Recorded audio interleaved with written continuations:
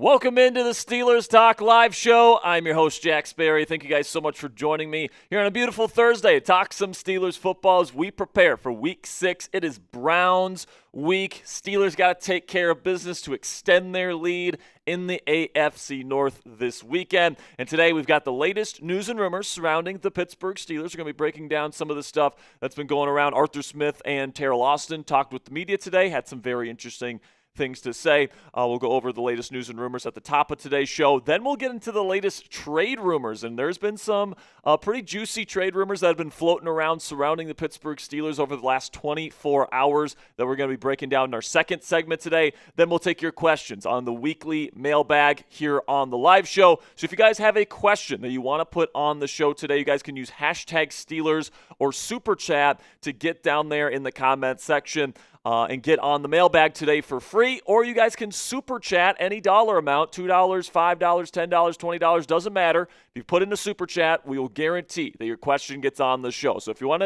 to use the hashtag Steelers route, you can get down there in the live chat room, use hashtag Steelers, and then within the same comment, put your question in after hashtag Steelers. So for example, an all-in-one comment. Hashtag Steelers. Will Pittsburgh win this week versus the Cleveland Browns? Or whatever your question is. Get that question down there in the comment section so you can get in on the mailbag here today. And now I want to see who the real ones are. Type me in the chat if you've liked the stream. We're going to give some shout-outs here. We got over 130 people watching live right now, but only 25 likes. We need to get that number up to 40 likes here before we get into our first segment of the day. We got Josh here. We got Steven. We got Jack. We got Glenn, Howie, my lovely fiance, Cassie Voth is here. Everyone say hi to Cassie. We got Ryan. We got Donna. We got Nico. We got Ryan. We got Elevate LTs. We got Eugene. We got Carter. We got Zara Craig, we've got Deshaun, we've got Steven, we got Voxy, we got Brian Mack, we got John Groven, we've got Three Leg, we've got Joe, Carter, Jack, Eric, Anthony.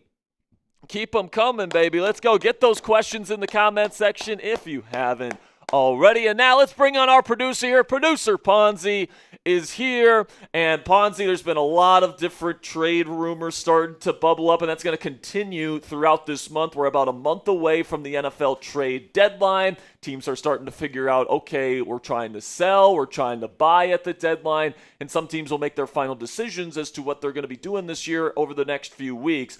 But who are you hoping that the Steelers trade for before the deadline this year? By the way, get your answers down there in the comment section as well. I think, Chris Olave is a perfect fit for what the Steelers want to do. Calvin Austin's a great receiver. I think that, he fits this role nicely. But to get a pristine route runner, top 10 route runner in the NFL today, and Chris Olave, obviously there are some concerns about his health issues, but I think he's definitely in the buy range that the Steelers can certainly get a young wide receiver in Chris Olave. And I really like the fit for the Steelers. Yeah, if I just to not say, your name and I think Chris Olave would be great if you could get Chris Olave for even a fourth round pick, maybe fourth rounder, and maybe if they want Pat Freiermuth, you can add him into that equation just because the Steelers have three other tight ends that they use and have very specific roles in this offense, and Spencer Anderson, in Darnell Washington, and then Jonnu Smith. All three of those guys have very defined roles in this offense, and honestly it feels like Muth is kind of in no man's land because I think he's a good player, but I think he's more of a traditional kind of tight end, more of a receiver, and he's even in that regard, he's not an amazing receiving tight end. He does have drops. He's not the best at separating versus man coverage. There's weaknesses to his game, and I'm just not sure if in the current configuration of the Steelers offense, there's a ton of room for somebody like Muth, especially when you're paying him top 10 tight end money. So if you can unload that contract and still get Chris Olave for a fourth round pick, I think that including Muth in that deal, it's not that I want Muth gone or think he's a bad person or think he's a bad teammate. None of that's true, all right? I think that Muth's a great guy, and he's great for the organization, great locker room guy, all that stuff. It's just, if it makes sense for the football team to let him go and get a guy like Chris Olave who is, when he is healthy, a legit, at least, high-end number 2, if not low-end number 1 guy. He's a pristine route runner. You combine that with DK Metcalf, and Calvin Austin III. And honestly, I think you have one of the best wide receiver trios in the league if you're able to get a guy like Chris Olave. But another name to throw in there that I would love is Jacoby Myers. Jacoby, big body, another good route runner, really good hands. I think he could develop a lot of chemistry with Aaron Rodgers very quickly because he's got those very reliable hands. And I would be excited to see what Jacoby Myers could do inside this Arthur Smith offense. Also a good run blocker, brings a lot of size to the table, and kind of brings something different to what DK Metcalf and Calvin Austin III bring to the table. Guys like a short and intermediate ball winner as opposed to the deep threats that DK and Calvin are.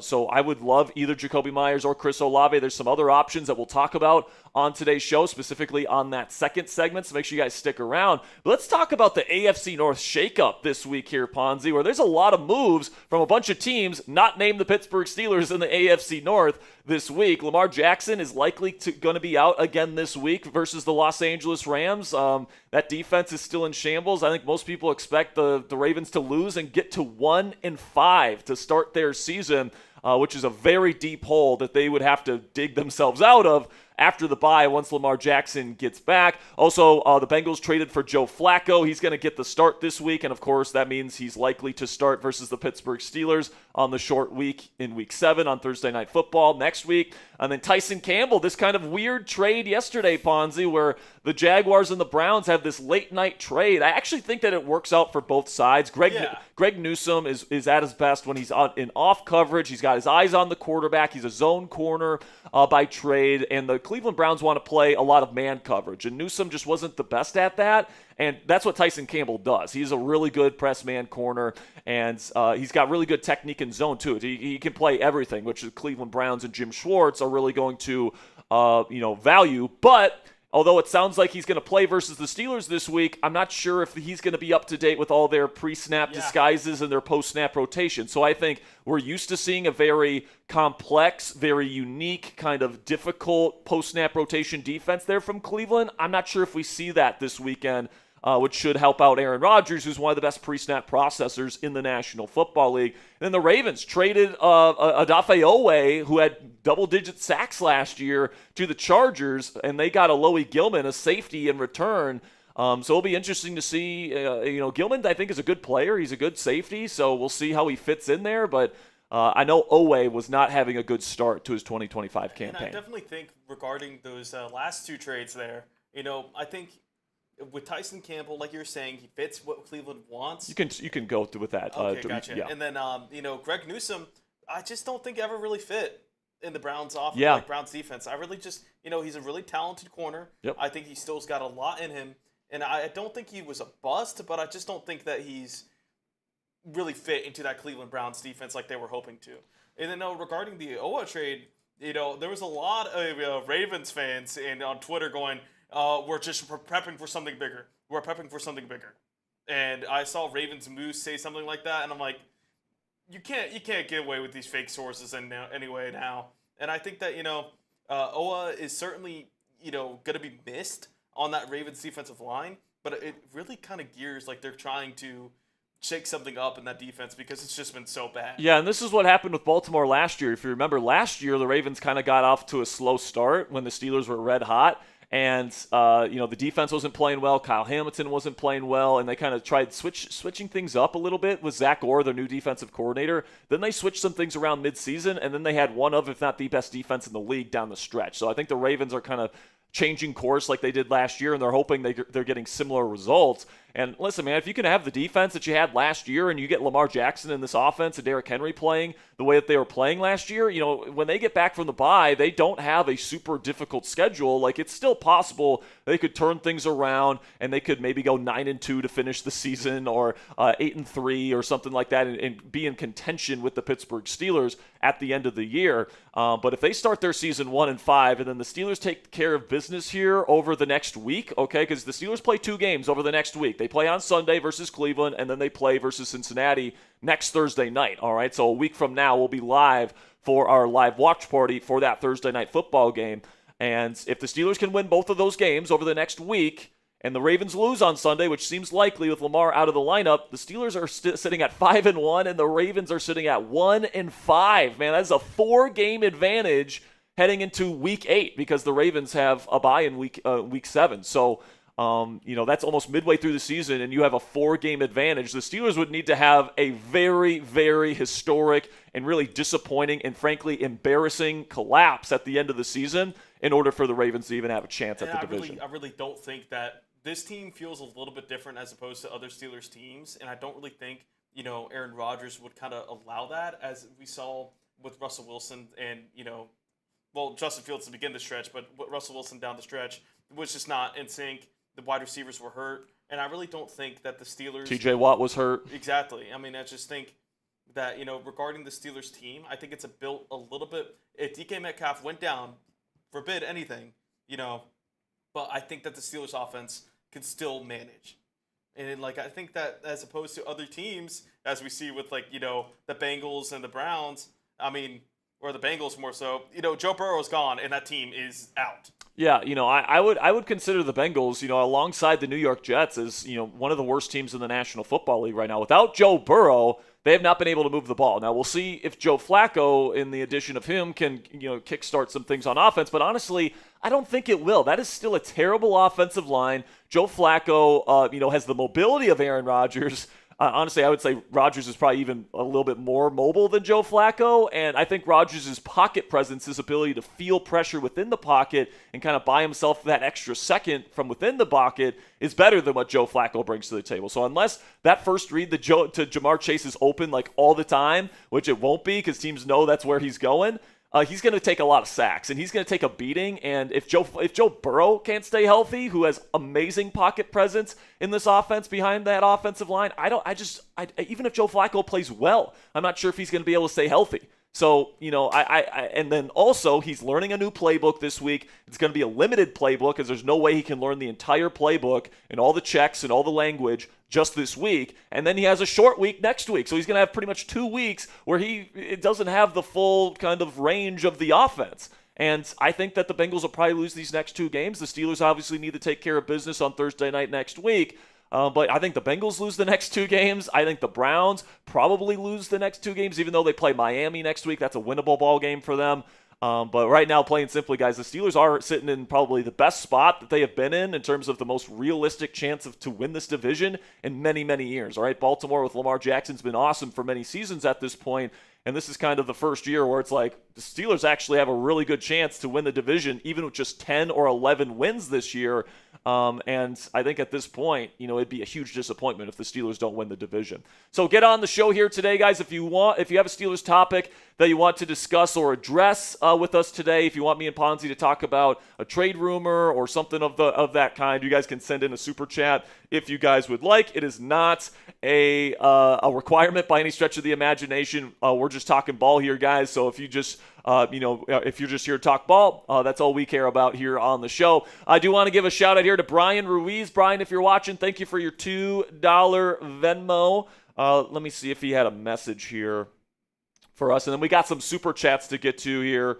And just saying, we just got another Venmo, by the way. So we will get to both of these. So Brian said, hope all is well. Just curious, do you think Matt LaFleur and Arthur Smith have a similar offense since they both coached together in Tennessee? It's similar, but I would say Matt LaFleur's is closer to Sean McVay's, and I would say Arthur Smith is closer to Mike Shanahan's. All right, Yeah. So the old school Shanahan offense, where it's a lot of outside zone. Now he certainly incorporated a lot of the modern, the Shanahan stuff as well. But Arthur Smith's philosophy, compared to other Shanahan, quote unquote Shanahan style coaches, is his playbook is a little bit simpler. All right, he wants to play very. He wants to play very similar concepts and similar formations to kind of hide what the offense is doing. He wants to, present looks that look a certain way, and that could be anything. And he wants to be able to run the ball. He wants to be able to go play action, and he wants to go drop back pass from any formation that they run. So that's kind of something that's a little bit different from the McVays of the world and the Shanahans of the world and the O'Connells of the world. So that's kind of Arthur Smith's kind of brand of West Coast offense that he runs here in Pittsburgh. That's what he ran in Tennessee. It's what he ran in Atlanta. And I think it's working out pretty well here in Pittsburgh at this point. I will send you this other Venmo here, Ponzi. Go ahead. And you can push that first super chat here. $5 from Ali Matua. I hope I'm saying that right. I'm probably butchering that, Ali, but I thank you so much for the $5 super chat. Thanks for watching the show today. Let me know if you have a question so I can get it on the show. Yeah, Ali, let us know if you have a question. Use hashtag Steelers so Ponzi can get it on the mailbag here today. Next super chat here. Ponzi, do we have the next one? Yes, we do. Sorry, I was getting that. No, it's all good. We got Chase with a 5. Shout out Chase, as I've seen rumors around the Achane trade. If that would happen, does that eliminate Caleb's chances of being a future back in Pittsburgh in the future? Listen, man, I don't think that rumor has a lot of weight behind it. The Steelers love Jalen Warren.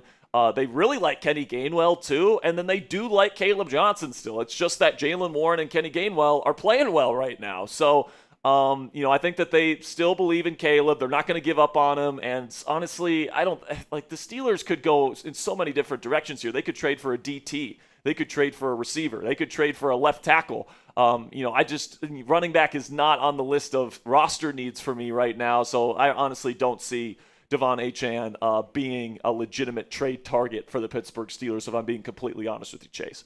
Then we got a $10 from our man Alex Lanier. Says, let's go Steelers talk. Shout out to Alex. He's one of the real ones, always putting in his donation. So shout out to him. And then we got Donna Elliott coming in with a $5 Venmo. Says, what's the chance that the Steelers continue this momentum and finish in first place? I would say the chances are more than 50% at this point in the season. All right, now obviously a lot of stuff can happen. It is still very early. Aaron Rodgers could get injured. All right, TJ Watt could get injured. All right, there's a lot of things that could happen on the injury front that could really derail this season for Pittsburgh. Jalen Warren could get injured again. That would not be good news. We've been actually pretty lucky that we haven't had any like season-ending type of injuries to key players for the Steelers yet, because there's a lot of teams that are dealing with that right now. So we'll see what ends up happening there, Donna. But also the Ravens, like if this trade for Alohi Gilman and if they make another move on the defensive side of the ball and they can get healthy and they start playing better and they finish the season on a dominant pace, it could be close at the end of the year. That is a possibility. And there's always those 2 divisional games still left. Yeah, and you play the Ravens twice towards the end of the season. They're going to be more healthy theoretically at that point in the season.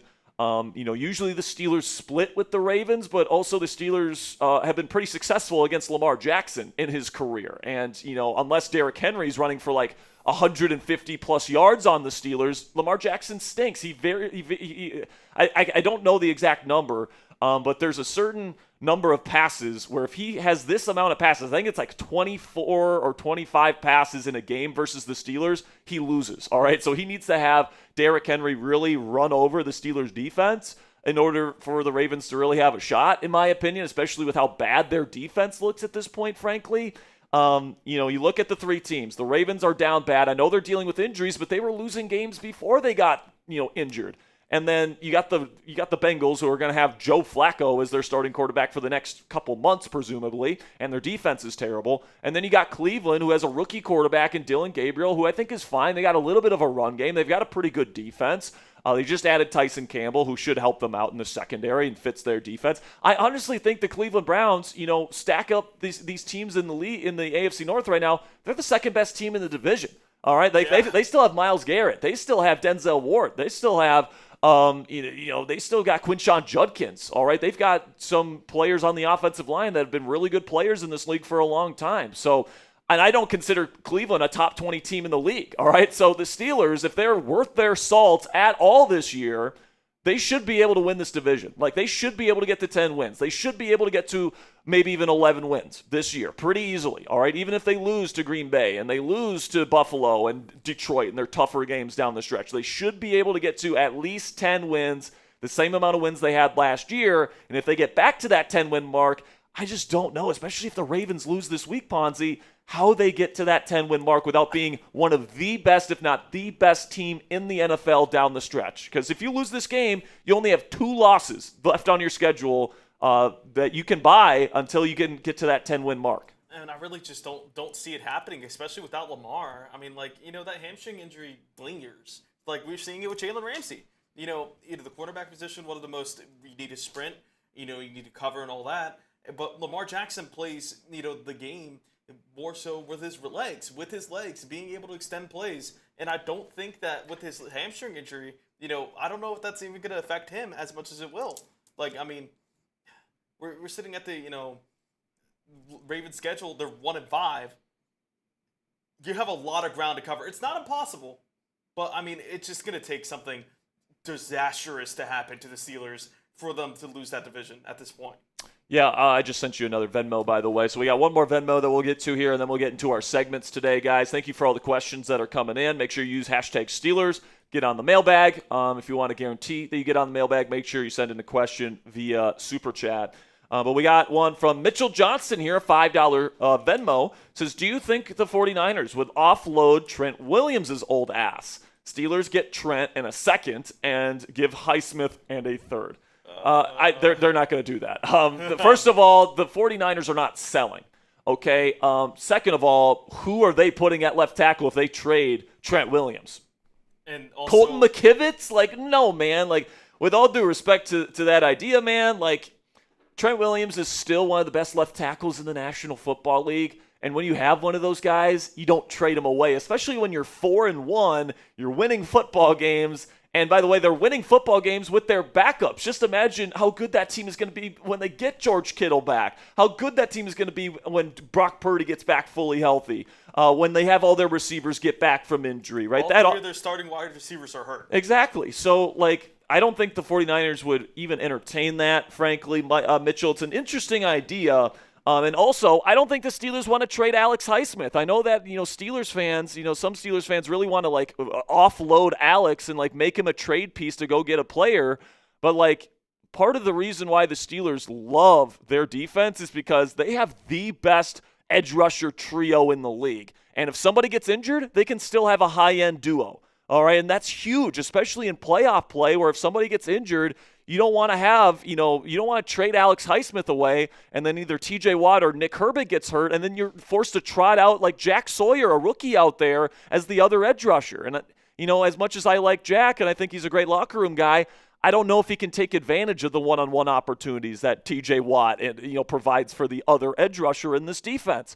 So, I think that the Steelers really like Alex Highsmith. They paid him all that money for a reason. They still like Nick Herbig too, and like what people don't realize is that they can still use all three of these guys more than enough, all right? It's not like when Alex Highsmith gets back, Nick Herbig's just going to be sitting his ass on the bench, never playing. He's going to be coming in on third downs. They're going to be rotating him in, keeping guys fresh, all right? And then it's also going to help out TJ and Nick Herbig to have Alex Highsmith out there as well because you can rotate those guys in and keep the legs fresh as the season goes on while still not compromising your edge rusher play. So that's going to keep this defense fresher heading into the postseason. That's been a big issue with the Steelers over the last few years, and why they give up so many points in the postseason is because they're tired and they're on the field forever, and they don't do a good enough job rotating these guys in because they're playing their guys so much just to make the playoffs. And then they got to play Josh Allen or Lamar Jackson or Patrick Mahomes in the playoffs, and they get absolutely, absolutely destroyed. So hopefully the Steelers do a better job keeping their guys fresh. I think Alex Highsmith is a big part of that. But I'll tell you this, Mitch. All right, I'll tell you this right now. Once we get to next offseason, I think the Alex Highsmith trade rumors might start to heat up because the Steelers can get a legitimately good draft pick for him. They can offload some money off of their defensive books that they could then give to Nick Herbig for a long-term starting role, and then you can draft another rotational edge rusher piece in the draft next year, or if you feel good enough about Jack Sawyer, you can make him the rotational guy. So I think that they're going to keep Alex Highsmith throughout the rest of the season. Don't really think that they're going to be looking to trade him at all. $5 from Nico. Appreciate you, Nico, with the 5. He says, W. Appreciate you, Mr. Nico. So without further ado here, guys, it's been a little bit of a prolonged build up here. We got over 240 people ready to talk some Steelers football today. So our first segment today, the latest news and rumors here on a Thursday surrounding the Pittsburgh Steelers. Then we'll get into the juicy Steelers trade rumors that are swirling out there. Then we'll talk about your questions here at the end of the show today in our Week 6 live mailbag here on the Steelers Talk live show. So without further ado, let's get into our first segment of the day.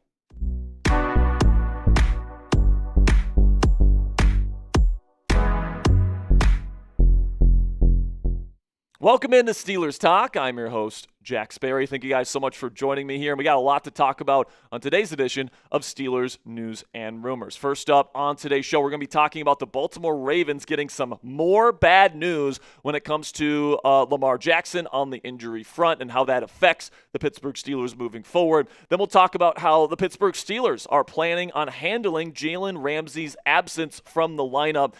Potentially for sure this week and then probably next week versus the Cincinnati Bengals in Week 7. And then Arthur Smith took the podium today to talk about the state of the Steelers offense, talked about his usage of jumbo personnel packages, and then as well as another reasoning for why the Steelers have not been throwing the ball down the field and why I think that's okay at this point in the season. Now, if we can get 1,000 likes on today's video, guys, I'm going to do a trade targets video on this channel in the coming days. All right, so if you guys want trade rumors, trade target stuff before the trade deadline here, which is in about a month here, so trade rumors are going to definitely get going here. Make sure you click that thumbs up icon if you want that trade content this weekend. So now let's get to some more bad news for the Baltimore Ravens, already sitting at 1-4 to start their 2025 campaign. And now as they look ahead to this week's matchup at home versus the Los Angeles Rams, it's looking like Lamar Jackson will be missing yet another week. Sounds like the Ravens want to be a little bit cautious with Lamar and his hamstring injury as they have a bye next week. So just get through this week, get back to 100% health, and then hopefully, for their sake, Lamar Jackson can be back to being the elite MVP caliber quarterback that we have become accustomed to him being over the last several seasons. But listen, man, without Lamar Jackson, the Ravens are pretty heavy underdogs versus the Los Angeles Rams, even at home this week. Los Angeles has looked pretty darn good so far this season, even though they've had a couple of tough losses, in kind of close games this year. Los Angeles is humming on offense with Matthew Stafford finding both Puka Nacua and Devontae Adams. Kyron Williams, when he can hold on to the football, has been very efficient. And then on defense, they can win the line of scrimmage on that side of the ball as well with Jared Verse and company getting after opposing quarterbacks. So Los Angeles is a legitimate Super Bowl contender on the NFC side, and Baltimore right now, they are giving up 35 points a game. That's not even a joke. That's dead last in the National Football League by a wide margin. There's some bad defenses in the National Football League, and you're going to have Cooper Rush leading the offense this week. It's like, even at home, man, I think that you'd be hard-pressed to think that the Baltimore Ravens are going to come away with a victory this week, which means they would be going to 1-5, and then over the next week here, the Pittsburgh Steelers play the Cleveland Browns, a team that they are favored to beat on Sunday. They got to take care of business there, but then they also got to take care of business against the Cincinnati Bengals, and we could be talking about a week from today, guys. The Pittsburgh Steelers sitting at 5-1 with the Baltimore Ravens sitting at 1-5. And if that's the case, and the Ravens really have a 4-game disadvantage about halfway through the 2025 NFL season, do we really think that Baltimore is going to be the dominant team that they would need to be to get themselves back in the AFC North race? They would have, 11 games left on their schedule? They would need to be able to go 9-2 to just get back to, 10 wins? And then, if they could go 8-3 and still miss the playoffs at 9-8. Usually 9-8 might get you that number 7 seed, but sometimes it doesn't. Usually over the last few years, you've needed 10 wins to get into the NFL playoffs. And, unless the Pittsburgh Steelers just completely collapse, it seems like if you start the year 1-5 and the Ravens can't turn it around immediately after the bye week, their season could be over in very short order. But don't get me wrong, guys. The people inside the Pittsburgh Steelers building, the players and the coaches, they can't put their foot off the gas pedal. They still have Lamar Jackson. They still have Derrick Henry. They still have a lot of talent on that roster. And once they get healthier down the stretch, you can't give away games to teams that you should beat, like the Cleveland Browns and like the Cincinnati Bengals, if you are the Pittsburgh Steelers. And it's good to see guys like Juan Thornhill say, the Ravens are not done. Trust me, they're not done. That tells me that Mike Tomlin has these guys focused in on trying to win as many games as they possibly can this year to stave off a potential run from the Baltimore Ravens late in the season. And I thought Dan Orlovsky kind of said it perfectly today on ESPN in terms of the Steelers' chances of winning the AFC North. He said this is the easiest division to win in the NFL. It would be a massive disappointment for Pittsburgh right now if they do not win this division. I could not agree more with Dan Orlovsky here because, you start the season 3-1. You could be starting the season 5-1, and we could get to a point in a week's time here where the Baltimore Ravens are sitting at 1-5, and the Steelers are sitting at 5-1 with a 4-game advantage almost midway through the 2025 NFL schedule. If that ends up being the case, man, like there's very, very little possibility that the Pittsburgh Steelers, give up the division crown without completely collapsing. And if that's the case, guys, I think it's probably time to move on from Mike Tomlin as the head coach of the Pittsburgh Steelers. If Pittsburgh doesn't win the division this year, guys, barring like an injury to like Aaron Rodgers that's like season ending, or Jalen Warren or DK Metcalf or TJ Watt, and you get all these injuries in the second half of the year, barring something like that, if the Steelers collapse and they can't secure this division in a year where this is the best situation for Pittsburgh to win the division in many, many seasons,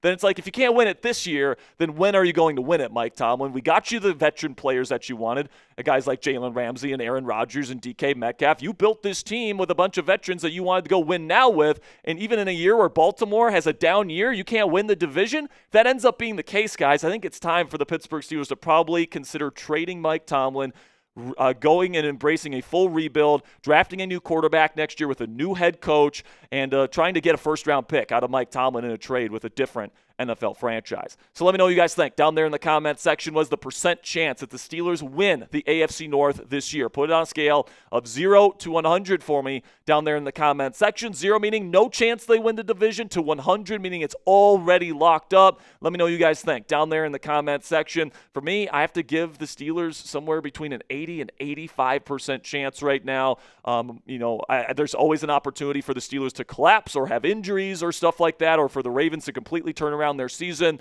and be the best team in football down the stretch. But right now, I think at this point, we'd be pretty disappointed if the Pittsburgh Steelers don't capitalize and win this division. This will be the pinned comment on today's show. So in just a second here, I'm going to tell you about our sponsor today. While I talk about our sponsor, go down there in the comment section and let me know how likely it is the Steelers win the division this season. Now let's have a word from our sponsor today at Prize Picks. And you and I, we make decisions every single day, but not all those decisions get you paid. But when you download the Prize Picks app on your phone for free today, you guys can actually get paid for your correct decisions. Don't miss any of the excitement this season on Prize Picks, where it's good to be right. Football season is finally here, and you better believe I'll be getting my Prize Picks lineups in all season long. Prize Picks is super simple to play. Just pick more than or less than on 2 to 6 players' stat projections. And if you get your picks right, you could cash in.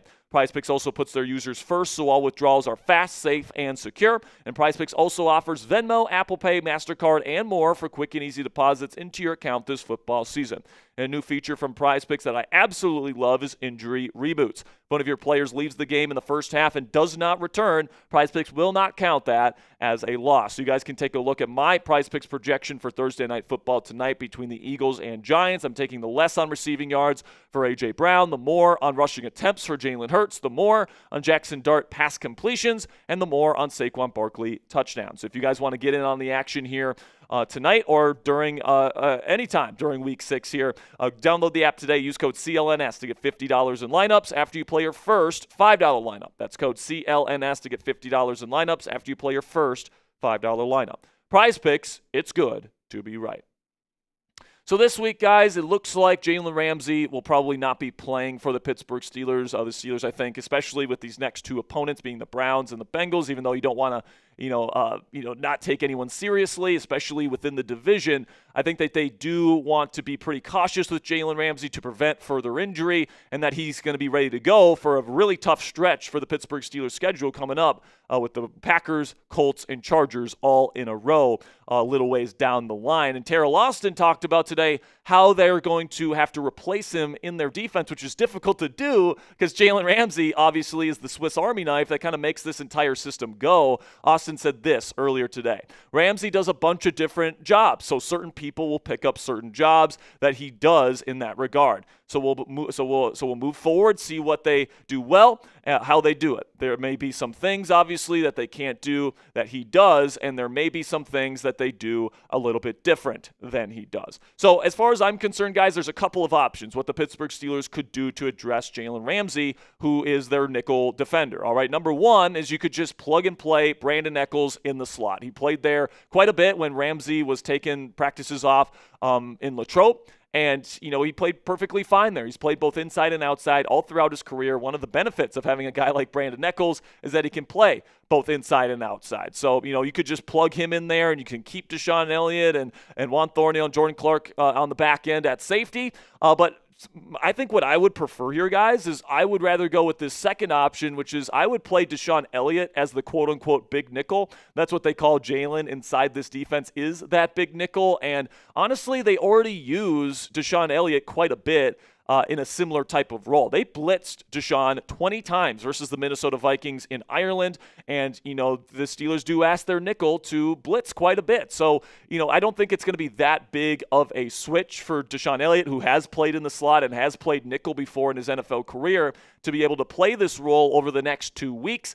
He's also a phenomenal communicator, so I think with the communication responsibilities that Jalen has as the nickel in this defense, I think that, having a guy like DeShon Elliott kind of take up that role, somebody that's been in this defense, knows that role better than maybe Brandon Echols does as a first-year player, would probably be more beneficial. And then in that case, if you're moving DeShon Elliott out of strong safety and into the big nickel position, that means you can play Jabril Peppers at strong safety over the next couple of weeks. And listen, man, I've been advocating for this team to play Jabril Peppers. He had an over 90 PFF grade versus the Patriots, forced a fumble, did some really good things, and I think he could be a real value as a strong safety in this defense. So personally, I think I would rather put DeShon Elliott in the slot and in that big nickel's position, and then put Jabril Peppers at strong safety, as opposed to putting the slightly undersized Brandon Echols in the slot, which doesn't really fit this Steelers defensive philosophy. But let me know what you guys think down there in the comments section. Who should start for the Steelers defense now that Jalen Ramsey is likely out for Sunday? Type BE if you think Brandon Echols should start in his place,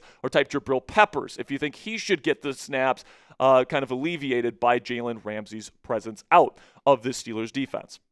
Shifting focus here to the offensive side of the ball, where offensive coordinator Arthur Smith broke down the state of the Pittsburgh Steelers offense, spoke specifically about the jumbo personnel packages, and I thought he had some really good things to say about Spencer Anderson, what he brings to this Steelers offense as a tight end. This is what he had to say. Spence is a hell of an athlete. We wouldn't use heavy personnel if we didn't think it would give us an advantage. And he's talking about specifically both Spencer Anderson and Darnell Washington there, how they're big bodies, but they're also really good movers. And they can move out in space, and they can climb to the second level if they ask them to do that. And, Spencer Anderson's played a lot of football for this team. There's been injuries in the past where he has been asked to play significant snaps for this team. And then also, according to Aaron Rodgers, we talked about this yesterday, apparently he's got some pretty good hands. And the Steelers have certainly been pushing that narrative out there that Spencer Anderson could be getting an opportunity to catch a football for a touchdown this week. Maybe that's just them playing mind games, because multiple people at this point have hinted that Spencer Anderson is going to be used as a pass catcher in this offense moving forward. So we'll see if that actually comes to fruition on Sunday. But also, Art took an in-depth look again at the lack of deep passes. And, the Steelers media have been really peppering questions to Aaron Rodgers and Arthur Smith about why the Steelers are dead last in average depth of target and why they are first in average time to throw, and whether or not that strategy is sustainable over a 17-game schedule. This is what Arthur Smith had to say. It's a very similar answer to what Aaron Rodgers said a couple days ago. It says, at the end of the day, we got a lot of reps, and when we call a play, I trust Aaron Rodgers. Sometimes you're trying to set something up or hit a double move deep. You don't have the look that you want. I call it the Uncle Rico move, where you see guys where they just launch once against a single high, and the guy just goes up and gets it. You can scheme things up, and maybe they bite on it and launch it, and the way you can hit the second level. So essentially, he's saying, guys, that he's got multiple plays in the huddle for Rodgers to decipher, and if he doesn't see the pre-snap look that he's looking for to be able to throw deep, he's checking to a different play, or he's throwing the ball underneath, as he should, by the way, because you don't want to throw deep in the two high safety coverages like the Steelers offense has been seeing all throughout the start of this season.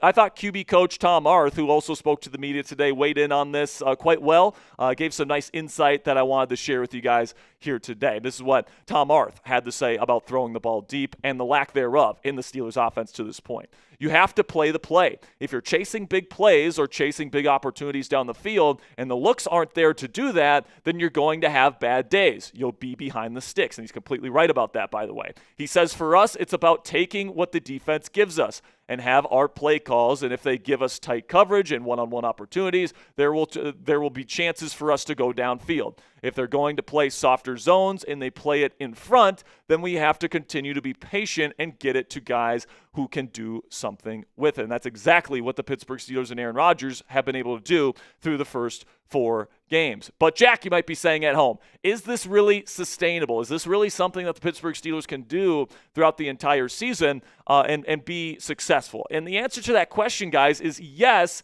That is if teams continue to play 2 high safety coverages. If they continue to do this kind of stuff where they're daring you to run the football on them and they're daring you to throw short, the Steelers are going to keep doing that. And that, by the way, they should keep doing that if you are Aaron Rodgers, especially because this offensive line isn't the best pass protecting unit.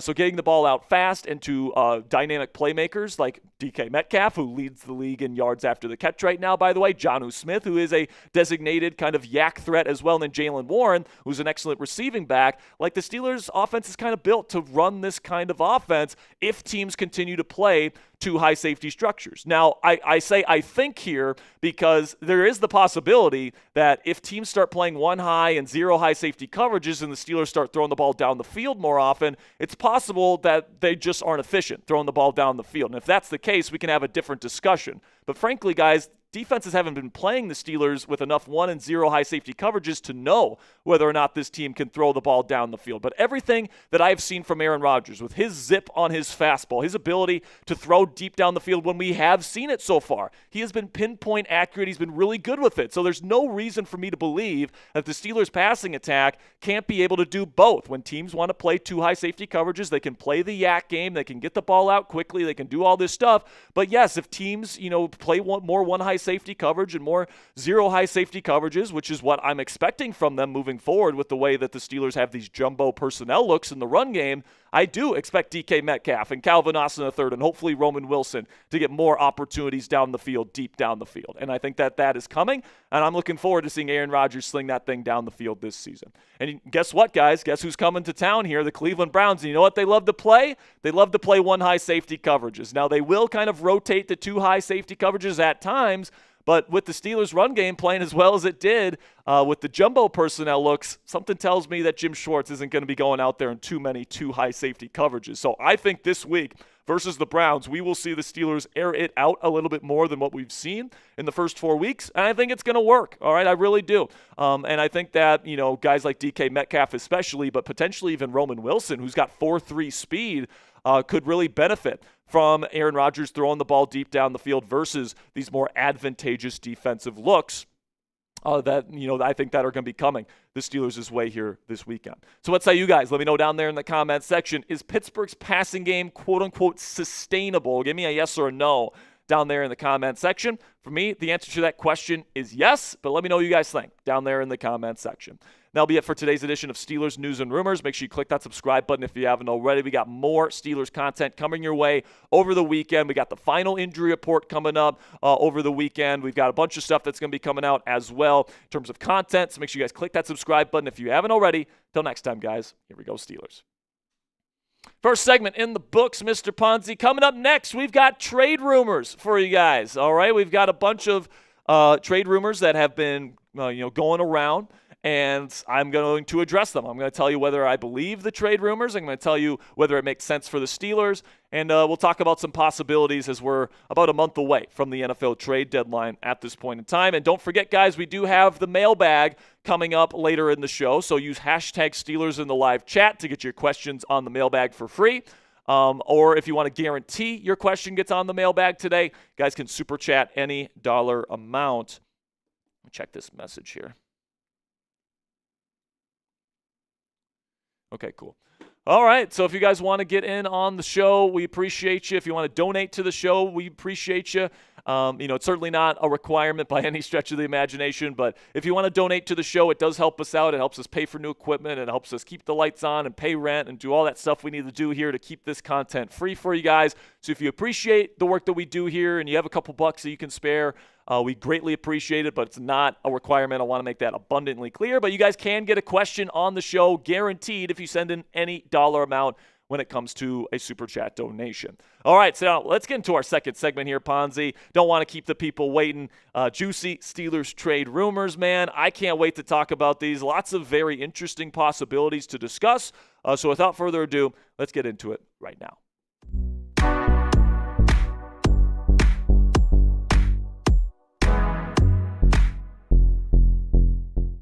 Today on Steelers Talk, we're going to be breaking down the latest juicy trade rumors surrounding the Pittsburgh Steelers. First up, there is a quote-unquote report that the Pittsburgh Steelers called about a speedy wide receiver that could help bolster this Steelers offense, especially when throwing the ball down the field. Then the Steelers have been linked to a big-name running back. I'll let you know whether I think that's a realistic possibility. We'll finish up today's show with a starting NFL left tackle that has now been made available via trade that the Steelers could trade for to replace Broderick Jones if they want. Now, if and when the con artist strikes, all right, before the NFL trade deadline, which is in about a month here, make sure you guys are subscribed for our breaking news coverage. There's been a flurry of trades over the last few weeks in the National Football League. There was multiple this week. A trade for the Pittsburgh Steelers could happen at any moment, at least during the early parts of the week. So make sure you guys click that subscribe button if you haven't already for our extensive trade rumors, trade targets, and trade breaking news coverage right here on Steelers Talk. So apparently the Pittsburgh Steelers are still kind of shopping around to add potentially another big-name wide receiver or somebody else that can contribute to the passing game, as according to a report from Andrew Filipponi, the Pittsburgh Steelers called the New Orleans Saints over the bye week regarding wide receiver Rashid Shaheed. This was the report from Filipponi earlier today. It says, source.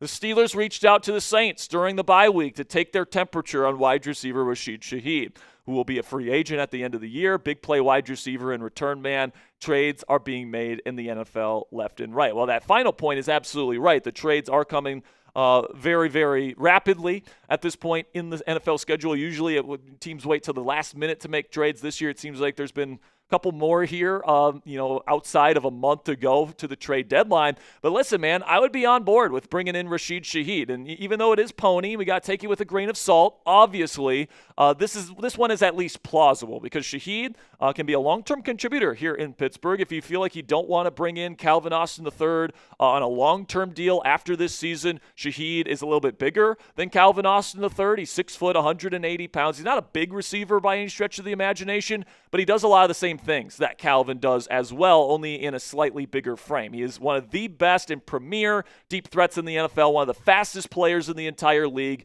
fantastic at tracking the ball in the air down the field. And he's had a lot of big play touchdowns throughout his time in New Orleans. And, he is on the final year of his current contract with New Orleans. And frankly, New Orleans is 1-4, and a couple more weeks go by and they lose a couple more games, they're going to be selling at the NFL trade deadline. That's just what it is, especially if they don't see Shaheed in their long-term plans. But you guys can take a look at what he's done so far this season. Not bad. 22 catches for 288 yards with 2 touchdowns, and he had a long last week versus the New York Giants of 87 yards. So if you lose Rashid Shaheed on an NFL football field, especially down the field, you can absolutely pay the price if you are a defense. And as we know, the Steelers love their vertical speedsters that can get open down the field. And then right now, if you convert that to a 17-game schedule, Shaheed is currently on pace for 75 catches, almost 1,000 yards rushing, receiving, I should say, and for 7 touchdowns. That's pretty darn good. And I think no Steelers fan on the planet would sneeze at that production from their quote-unquote number 2 wide receiver. So is he as big of a name as somebody like Chris Olave or Jacoby Myers necessarily, or DJ Moore or Calvin Ridley? No, but he's certainly somebody that fits what the Steelers like in terms of being a speedster that gets open down the field. Now, personally, I would probably rather have Chris Olave, and I understand the concussion concerns with Olave, but I think the Steelers really need somebody that Aaron Rodgers can trust to get open versus man coverage more consistently. And I think Chris Olave is a more pure route runner to all 3 levels, short, intermediate, and deep, versus Rashid Shaheed, who's more of a deep threat kind of specialist. So personally, I would rather go and get Chris Olave than Rashid Shaheed. But if the Steelers traded for need for speed Shaheed here, I would not be sneezing at that at all right, it's another guy that can take the top off the defense. He's got great ball tracking ability. He can contribute on special teams as well, just like Calvin Austin III does. Can you make an argument that his skill set is pretty redundant? with Calvin's? Yeah, you can, but he is slightly bigger than Calvin is. So, to get a wide receiver trio as fast as DK Metcalf, Rashid Shaheed, and Calvin Austin III, that's the type of stuff that can scare a defense shitless, to be completely frank with you guys. So, absolutely, I would be in on a Rashid Shaheed trade, especially for the right price. And keep in mind here, guys, that although these talks, if they actually happened, fizzled out during the bye week, that doesn't mean that something still can't happen down the road. Maybe the Saints right now still want to see if Spencer Rattler can get them a couple more wins and get them in position to maybe make a run down the stretch. Now, that's probably unlikely. They're going to have to, they're probably going to lose their next few games and they're going to be selling at the deadline, but maybe it's a little bit too early in the season for them to consider trading one of their receivers, but they're going to be more open to that as the deadline gets closer. And that's kind of what my message is to you guys. When you talk about Jacoby Myers, when you talk about Chris Olave, when you talk about Rashid Shaheed, you talk about all these guys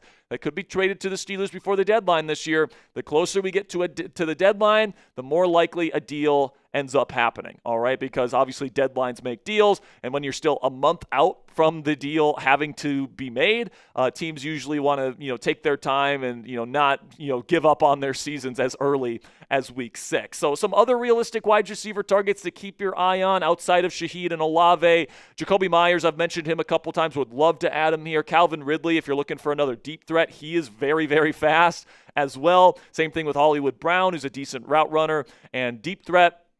Tyler Lockett is probably washed at this point, but he would be a one-year veteran, kind of, Band-Aid option there. And then Dontavian Wicks is probably the odd man out in Green Bay, especially with Christian Watson and Jaden Reed coming back to the lineup for Titletown here pretty soon. Wicks has a drop issue, but somebody that maybe the Steelers have a little bit of interest in. And listen, man, this is all assuming that the Pittsburgh Steelers are even looking for a wide receiver trade, all right? It doesn't sound like Calvin Austin III is going to be out for that long with the shoulder injury.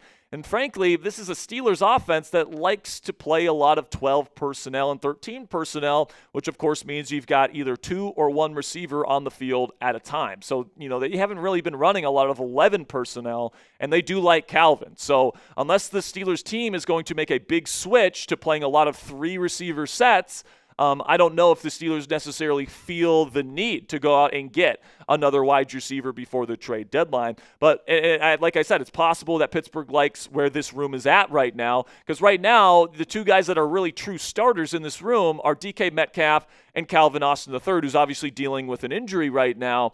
But then, as the backup options, I think they still like Roman Wilson as a backup option. That's why they didn't sign Odell Beckham Jr. or somebody else in free agency over the last few weeks. They believe in Roman and Scotty Miller to fill that wide receiver 2 role, at least in the interim. They also like Ben Skoranek, and they got Isaiah Hodgins as well on the practice squad, who they seem to like a little bit as well. So I don't think that the Steelers necessarily may feel like they need to get a wide receiver because, like I said, they live in these jumbo 12 and 13 personnel packages. And really, you can make an argument you don't need 3 true starting level wide receivers on your team if that's the case. So I guess we'll see if the Steelers make any adjustments with their philosophy moving forward. I'm sure for the right price, they would probably go out and get another receiver if they can make that happen.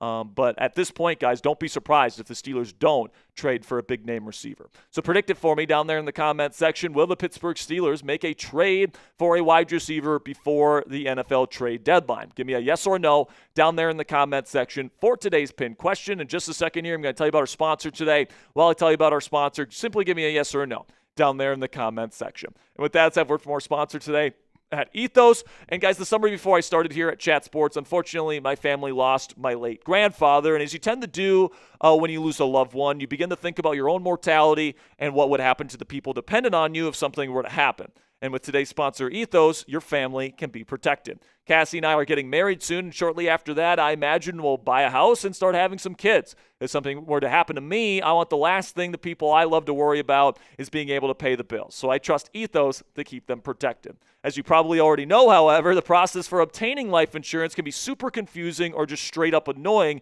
with how tedious the process can be. That's where our friends at Ethos come in. As of March of 2025, Business Insider named Ethos the #1 no medical exam instant life insurance provider. Ethos is an online platform that makes getting life insurance fast and easy to protect your family's future in minutes, not months. There's no complicated process, and it's 100% online. There's no medical exam required, and you just answer a few health questions to get a quote in as little as 10 minutes. Protect your family with life insurance from Ethos today. Get your free quote at ethos.com/NFL Daily. That's ethos.com/NFL Daily to get your free quote today. Application times may vary, rates may vary. A big thank you to Ethos for sponsoring today's edition of Steelers Talk. So now let's get to this rumor here, because this has certainly been circulating on Steelers Twitter. PFSN, which is a sports talk kind of platform there, has linked the Steelers as a potential trade partner for Dolphins running back De'Von Achane. All right, I was a little surprised when I saw this, but I actually saw this from Finn's Extra on X yesterday, saying Kansas City Chiefs, Green Bay Packers, Los Angeles Chargers, and the Pittsburgh Steelers have all been named as potential landing spots for De'Von Achane, and then they source PFSN as the source for that. And people have been asking me over the last 24 hours what I think of that, and what I think of it is PFSN doesn't understand the Pittsburgh Steelers roster needs right now. The Steelers do not need to add another running back here this season, guys. They just don't, and I can almost guarantee you the Steelers feel the exact same way. Now you take a look at the running back room, and maybe some people don't think Kenneth Gainwell is a legit number 2 running back. Maybe they feel like Caleb Johnson's a bust and he's going to be a non-factor this season. But like you ask the Pittsburgh Steelers, man, you got Jalen Warren, who they believe is a top-flight running back in this league, which, by the way, the numbers bear that out. And then Kenneth Gainwell, who just put up almost 100 yards rushing as the backup running back here. Also, he catches passes out of the backfield, a really good third down back. And then, yes, they still believe in Caleb Johnson long-term and believe that he's going to have more and more opportunities as the season goes on. So the Steelers, out of all the teams in the league to link a running back to, I think the Steelers would be on the list of teams that absolutely probably would not be interested in trading for a running back at this point. And, I think Warren in particular continues to be underestimated. I mean, there's major radio hosts in Pittsburgh, or I won't name names, who are saying that Kenneth Gainwell should be the number 1 running back here in Pittsburgh, when Jalen Warren, all he's done is make guys miss ever since he came out of Oklahoma State as an undrafted free agent. That has continued on into this year. Now, I want to show you this chart here. I want to credit Jake Tribby on X for bringing this to our attention here. It is a chart with missed tackles forced per touch juxtaposed with yards after contact per touch. And oh yeah, look who's in the top right there, beating out everybody by a wide margin. That is Jalen Warren. And as much as I like Kenneth Gainwell in this offense, like as the number 2 running back, you can tell he doesn't even come close to Jalen Warren in terms of making guys miss, in terms of having the contact balance, in terms of, making more out of a run than what his offensive line provides for him. So Jalen Warren, and that's not all this that he brings to the table, man. He does that as a receiving back out of the backfield. He pass protects. He's one of the more complete running backs in the entire National Football League, and people continue to underestimate him. And I'm kind of sick and tired of it at this point, thinking we need to go get a De'Von Achane when we already have a number 1 running back here in Jalen Warren. And then the supplementary guys are guys that I think the Steelers like right now. So, Achane is a good player, but am I giving up draft capital in next year's NFL draft to go get another running back here? Unless there's a major injury to Jalen Warren, personally, I'm not considering it. But then there's another Miami Dolphin that is kind of circulating in trade rumors here. Jalen Waddle. Jeremy Fowler from ESPN says that he would, quote-unquote, not be surprised if teams start calling about Jalen Waddle. This is what Fowler had to say on ESPN earlier this week. He says league execs are already wondering which struggling teams could enter fire sale mode. In the AFC East, the Jets would have several attractive trade possibilities on the defensive side of the ball, as would the Dolphins on offense. It would not surprise me if teams start to call a Miami receiver, Jalen Waddle, if the Dolphins continue to struggle.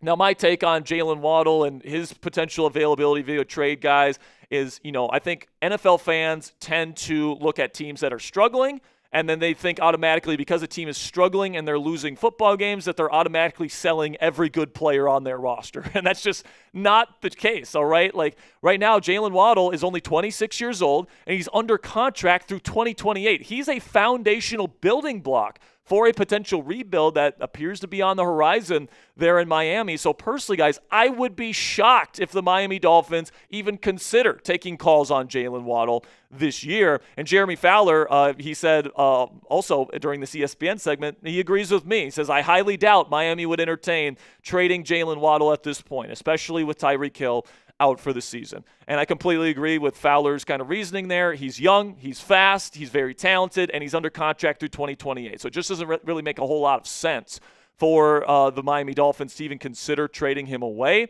Usually, guys, the guys that you want to look for are guys that either have, issues with the team, all right, the team wants to unload them because of personality issues or behavior issues or whatever, or B, they're on a struggling team on a one-year deal, and the team is looking to get something out of them before they leave in free agency. Those are the guys that you look for. Jalen doesn't really fit that mold because he's not a head case in Miami. He's somebody that's a consummate professional, and he's under contract for a number of seasons, and he's young. So the Dolphins don't really have any incentive to trade him away, even though they are heading toward a rebuild. So now we do have one more trade possibility to talk about on today's show, but before we get into that, make sure you click that thumbs up icon if you are enjoying today's show. If you're already subscribed to the channel, the best way you can help us out is to click that thumbs up icon on every Steelers Talk video you see, because the more people that like our videos, YouTube's going to recommend our videos to more Steelers fans. That gets new eyeballs on the channel, which leads to more subscribers, and so on and so forth. So if you want to help us grow, you want to help us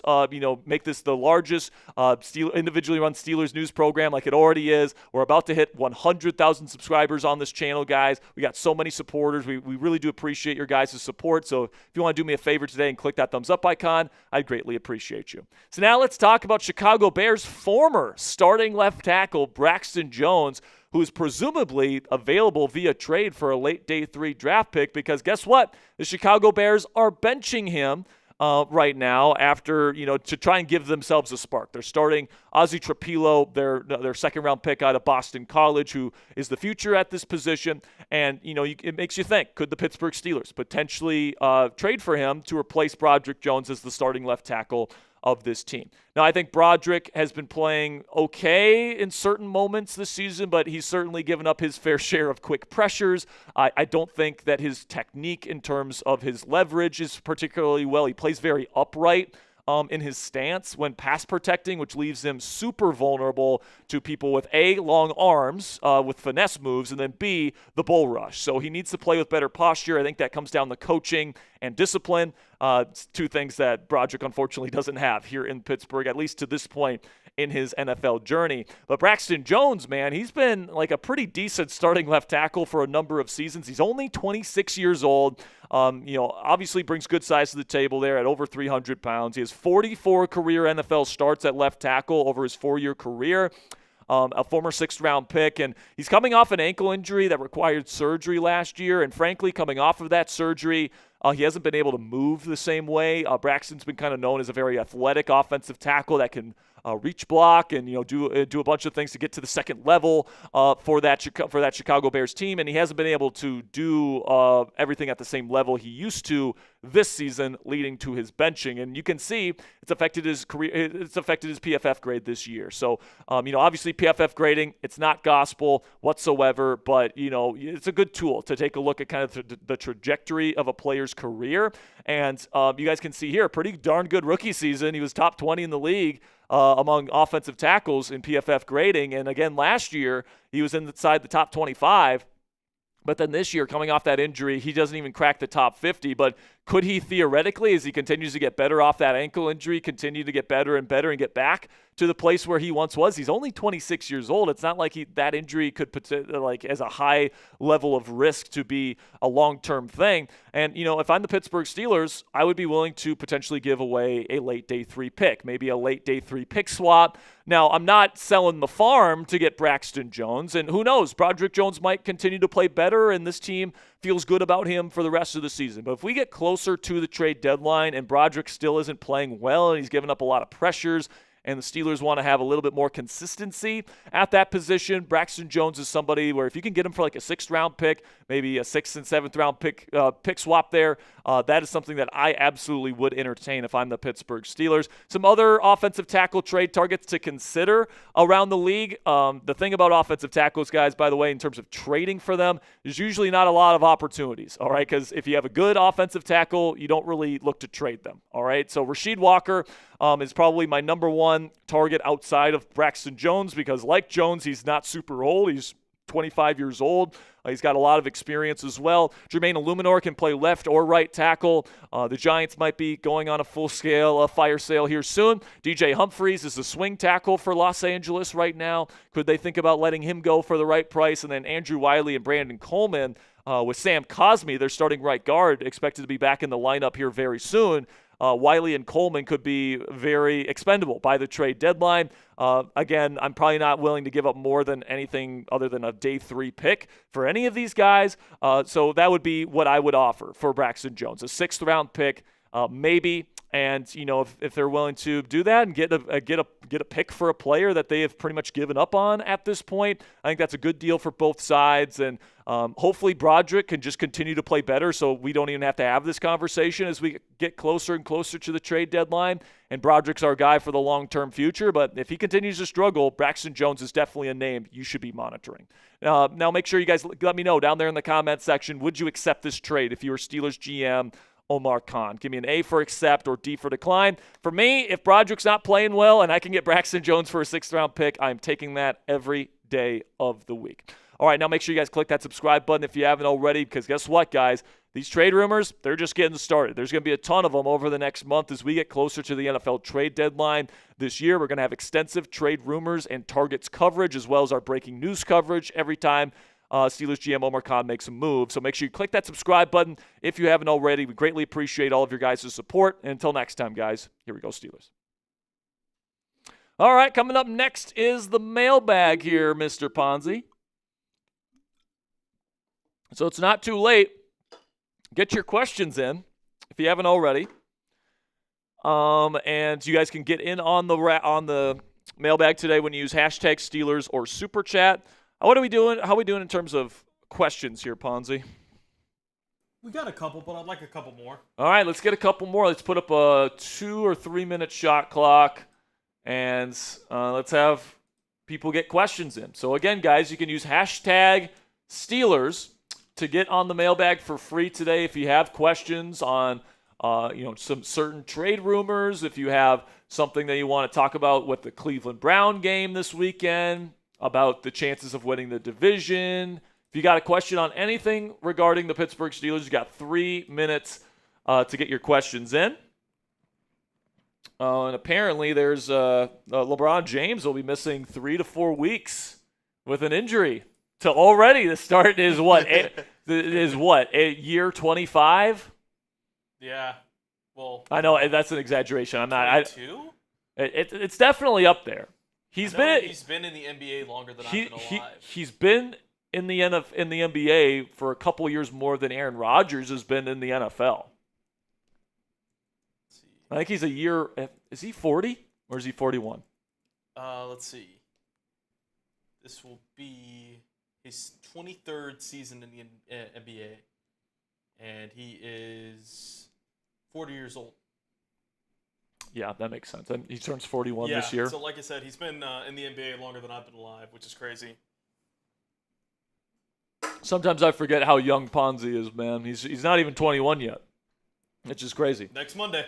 Next Monday, though, party it up. We got some beer boots coming next Thursday.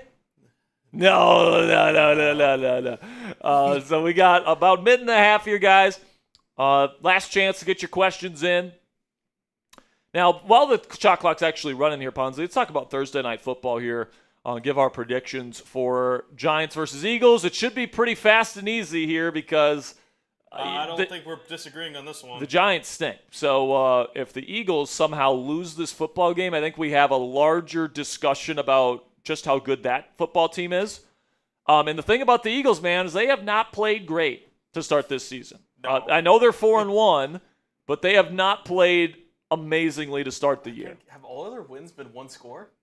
Yeah. I believe so.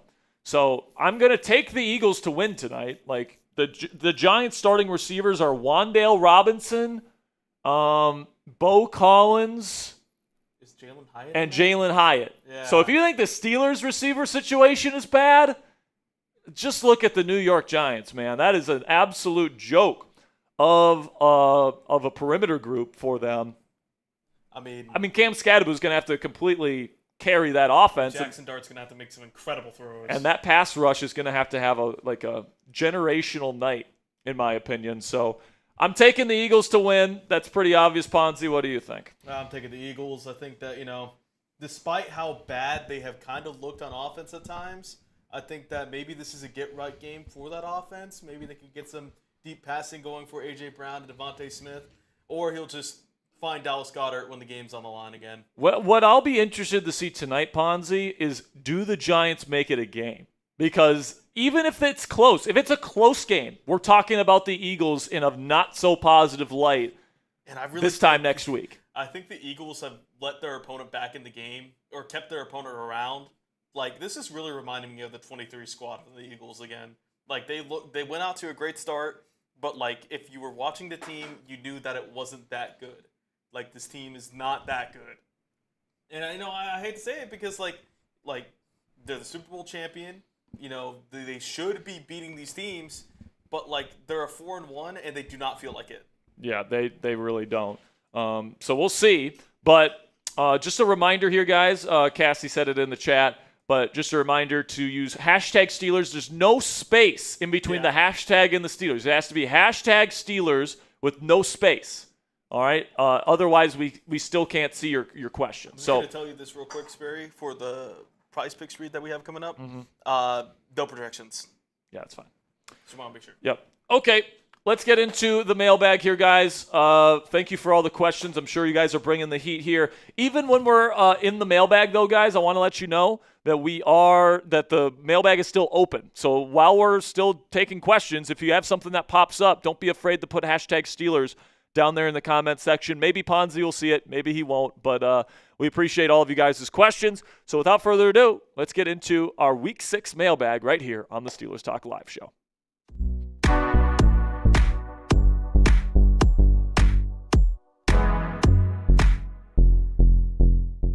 It's my favorite segment of the week. It is the Steelers Talk Mailbag here in Week 6 as this team prepares to take on the Cleveland Browns in a game here where the Steelers can improve to 4-1 if they can take care of business at home on Sunday afternoon. You guys always bring the heat here on these mailbags. And if you want to get a question on a future edition of the Steelers Talk Mailbag, we film these mailbags on our Thursday live shows, which usually start at 5 p.m. Eastern Time. So make sure you guys join us this week and every week here, and you guys can get your questions on the show for free, and you can get your voice on this platform here with almost 100,000 subscribers. So if you guys want to get your questions on our show and have your questions be viewed by thousands of people every single week, and you want to chop it up and talk Steelers football with us every single week on our live shows, make sure you click that subscribe button to join the most interactive Steelers fan community anywhere here on the YouTube platform.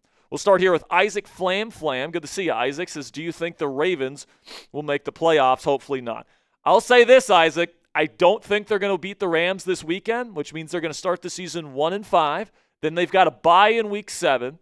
Then from Week 8 on, that's the start of your season, usually they're going to have to be elite down the stretch, plain and simply. They really only can lose 2 games the rest of the season if they want a good chance to make the playoffs. And they would have 11 games left on the schedule, so they would have to go 9-2. All right, that is an elite record. That is like no room for error for the Baltimore Ravens, and they would have to be like the Super Bowl caliber team that we all expected them to be heading into the year during that 11-game stretch.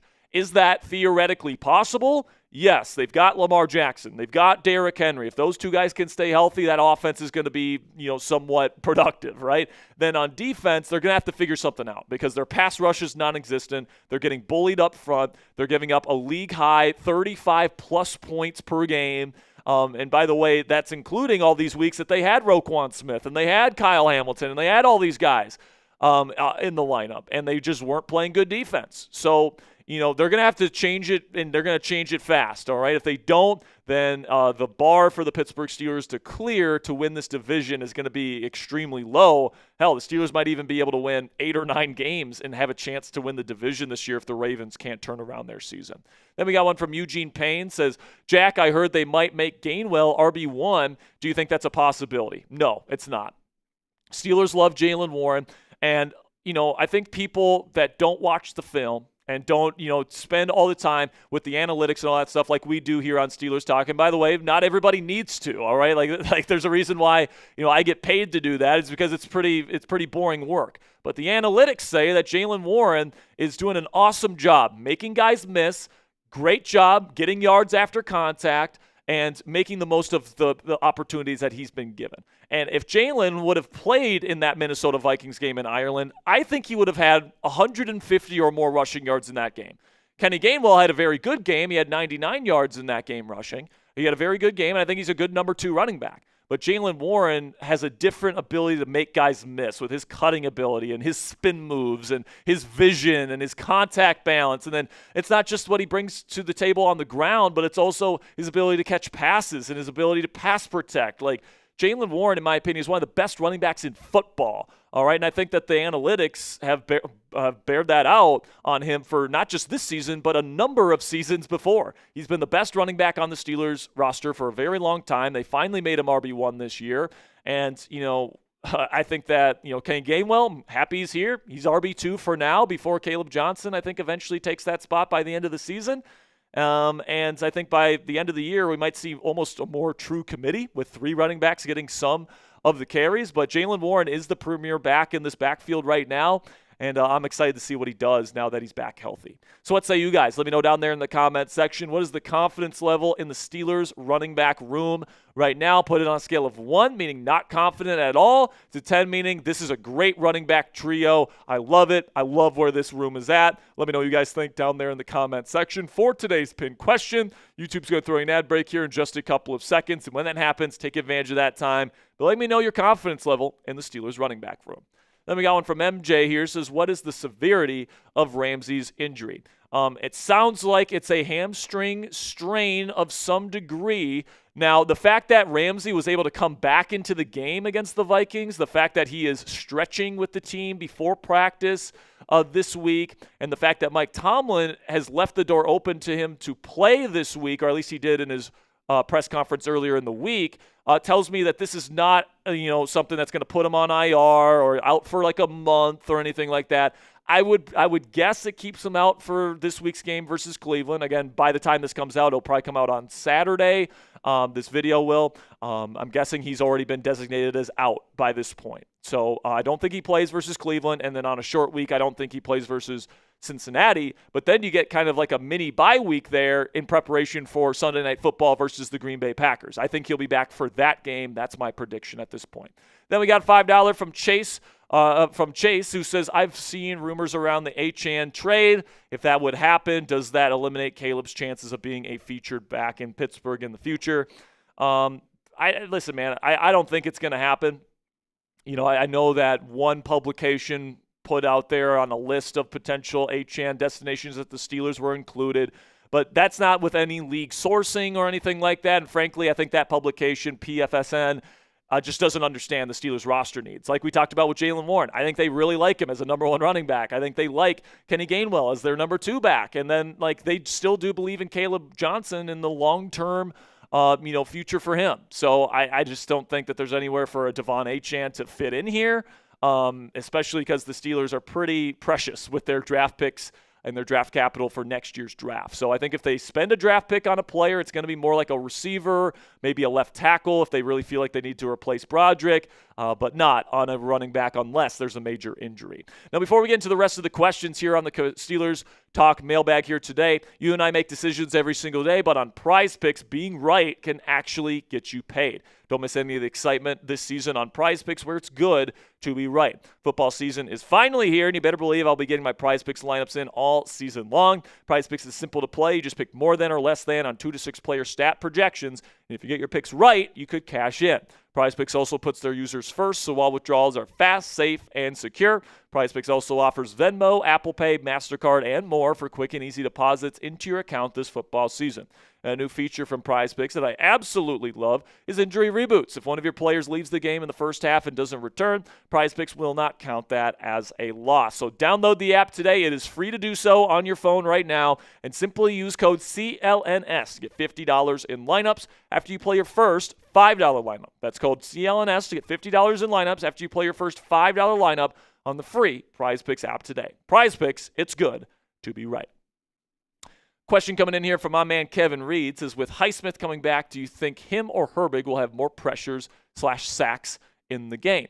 I don't know exactly what Highsmith's snap count is going to look like. Mike Tomlin at the beginning of the week here made it seem like he's going to be on a snap count, and we're going to see plenty of Nick Herbig here in week 6. So if I have to guess right now, I would go Nick Herbig. All right, over the course of the season, from here on out, I would say Highsmith probably has the greater opportunity because I do think he gets slightly more snaps than Herbig down the stretch. He's the one making the money, so you know how that usually goes. Unless Highsmith is not productive, I just don't see Herbig replacing him as the full-time starter opposite of T.J. Watt, at least not right now. However you phrase that question there, Kevin, I think Herbig will have the better chance to have more sacks this week. But honestly, guys, sacks is a very volatile stat. It's a lot of stuff. Lots of variables go into it. Pressure, pressure from other areas, how long the quarterback is holding onto the football. Sacks are one of the most uncontrollable things that edge rushers and defensive tackles really have. It's really, a lot of it is luck and circumstance. So same thing goes for interceptions. And you have to really approach these kind of stats with a lot of context. But if I'm guessing right now, I would have to guess Herbig. Then we got one from Greg Bryant. My man Greg says, you think Aaron Rodgers will play next season for us? Here's how I think that would happen, Greg. I think if the Steelers have a good football team this year, Rodgers is playing well, the offense plays relatively well, and they can get to the playoffs, and they feel like they have a legitimate shot with this group to win a Super Bowl. But they don't do it. I think in that scenario, and by the way, that scenario is fairly likely at this point, in my opinion, I'd say. I think the chances Rodgers comes back are pretty good. I think that he's developing a lot of relationships with people in the Steelers locker room right now. Cam Hayward only has 2 years left before he retires this year and next. I think if he goes into next offseason, he feels like he can still play, and he feels like he can help his buddy Cam Hayward, a fellow team captain, try and win a Super Bowl next year. I think he'd come back for another season. Also, it would provide the Steelers an opportunity to draft a very talented but maybe rough around the edges quarterback in round 1. Maybe someone like a John Mateer or maybe Lenora Sellers falls in the draft out of the top 10. You can trade up for him. You can take somebody with a lot of talent but maybe needs a year to develop as opposed to having to draft somebody that would be somewhat ready to play right away. Honestly, I'm a believer in sitting your rookie quarterbacks behind a veteran and have them learn and not have so much pressure on them in their first ever NFL experience. I mean, there's a lot of things rookies have to deal with, man. They have to learn a new playbook. They have to move to a new city. They have to adjust to new kind of concepts that they don't see in college. They have to adjust to a different speed of the game. It's just a lot to ask a rookie to go in there cold off of a college kind of experience and become a good pro quarterback right away. And like this Steelers team, like if they keep this kind of core together with TJ Watt, Cam Hayward, all these guys, Alex Highsmith, they bring all these guys back, like this team will still be built to win now. So I think it makes a lot of sense for Rodgers to come back for another season. Obviously, he's non-committal to that. He only signed a 1-year deal. But I think that the chances of him coming back, barring a collapse at the end of the season or a legit Super Bowl win, I just don't see I think Aaron Rodgers has a pretty decent chance of returning to the Steelers next year.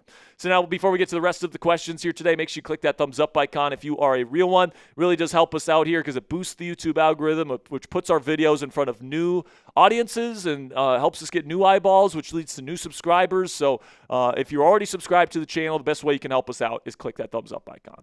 So now we got another question coming in here from Brands Turich. It says, we should get Waddle from the Dolphins.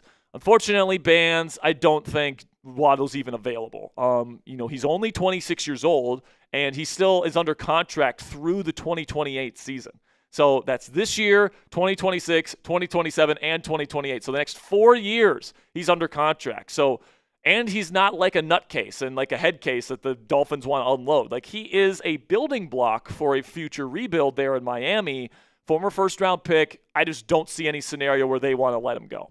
Now, Tyreek Hill would have been a different situation. Not only does he have scarred relationships inside that building, but he's an older veteran with a lot of money on his contract, yada, yada, yada, and he's going to be wanting another contract re-up coming up soon, at least before his injury. That would have been the case. Jalen Waddle is kind of the untouchable weapon on that Dolphins team, in my opinion. So, unfortunately, I know you probably want Waddle. He's fast. He's very good. But that's exactly why the Miami Dolphins are going to want to keep him. Then we got one from my man Sam Pugh, the original Black Diamond here. Says, I don't see the value of a first-round QB this year the way they are playing, but maybe a deep enough class for a second-round pick option, left tackle, wide receiver, or safety if the better player is there. And listen, man, I still think 4 to 6 quarterbacks, Sam, are going to go in the first round. All right, I know that not a lot of the guys that were expected to go round 1 this year are playing. They're not playing all that well. Arch Manning, Cade Klubnik, Garrett Nussmeier, Drew Aller, all of them are underperforming. But if you've been watching college football, there's a lot of guys that are overperforming as well. Dante Moore from Oregon, Fernando Mendoza from Indiana, Ty Simpson from Alabama, Sam Levitt from Arizona State. There's a lot of interesting possibilities for the Steelers. And you still have Lenore Sellers, who could potentially come out this year, and he would be a first-round pick. So I think at the end of the day here, guys, we're still going to be looking at a draft class with 4 to 6 first-round caliber quarterbacks going into the draft. And I think that the Steelers have specifically set up this next year's draft to take their quarterback of the future. Not only because, at best you're bringing back an older Aaron Rodgers and you get, at best, one more season out of him if he comes back for another year, and you need a long-term answer at the position. But also, this draft is in Pittsburgh. I mean, they are very conscious about the idea of drafting the future franchise quarterback in front of the home fans on that stage, all right? So they're very cognizant of that. That's why they have been loading up on these draft picks. I think they're going to be willing to trade 2027's first-round pick if they find the right guy. And if they identify that guy that they really want, they're going to go get him. All right, and, I think it's actually the ideal setup to have 1 year of Aaron Rodgers where you can tutor a really high-end talent at the quarterback position and allow that, backup quarterback, that rookie quarterback, to just sit and learn for a year, and then you trot him out the following season with a lot of confidence, and it's his team. And I think that's the right way to do things, and the Steelers have an opportunity to do it that way. So, personally, if you have an opportunity to get a guy that you believe is a franchise quarterback, you can get, wide receiver or safety later in the draft, all right? Left tackle might be a little bit more difficult, but you could address that in free agency as well. So I'm not saying that those positions that you mentioned, Sam, are positions that they shouldn't address, but getting the quarterback right is absolutely integral to the next decade plus here in Pittsburgh. And if you don't get that right, it's not going to work out well for this football team, all right? It's going to lead to a lot of mediocrity at best. And if you want to be a team like the Chiefs, like the Bills, like the Eagles, like the Rams, these teams that are consistently putting themselves in Super Bowl contention, you got to have a high-end quarterback that is consistently available for you. So you got to do that through the draft usually. And I think having Rodgers come back for another year and tutor that young quarterback is the ideal setup for the Pittsburgh Steelers. Perfectly cool if you disagree, but that's the way that I kind of view this kind of situation. So let me know what you guys think down there in the comments section. Who are you hoping the Steelers trade for before the trade deadline this year? Is there a wide receiver that you particularly like? Is there? Do you want them to replace Broderick Jones? Do you want them to go out and get a defensive tackle of some sort? Let me know what you guys think down there in the comments section. For me, I would love if this team would add a receiver like maybe a Jacoby Myers or Chris Olave. All right, that'll be it for this week's mailbag, guys. Thank you to everybody that submitted questions this week. Make sure you click that subscribe button if you haven't already. Till next time, guys, here we go, Steelers. All right.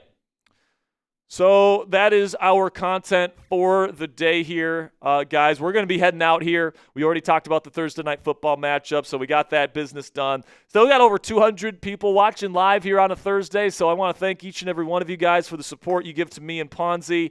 We do not take it for granted. That's why we wake up early every day. That's why we get out of bed in the morning, and that's why we put out 2 videos for you guys pretty much every single day on this channel. So we're going to see you guys on Sunday for our watch party. That's going to start at 12 p.m. Eastern time, just so you guys know. It's going to be a celebration, guys. We are expecting to get to 100,000 subscribers by Sunday. So if you guys want to come celebrate with us, we're going to have a bunch of great promotions. We're going to have a really special raffle item on Sunday as well.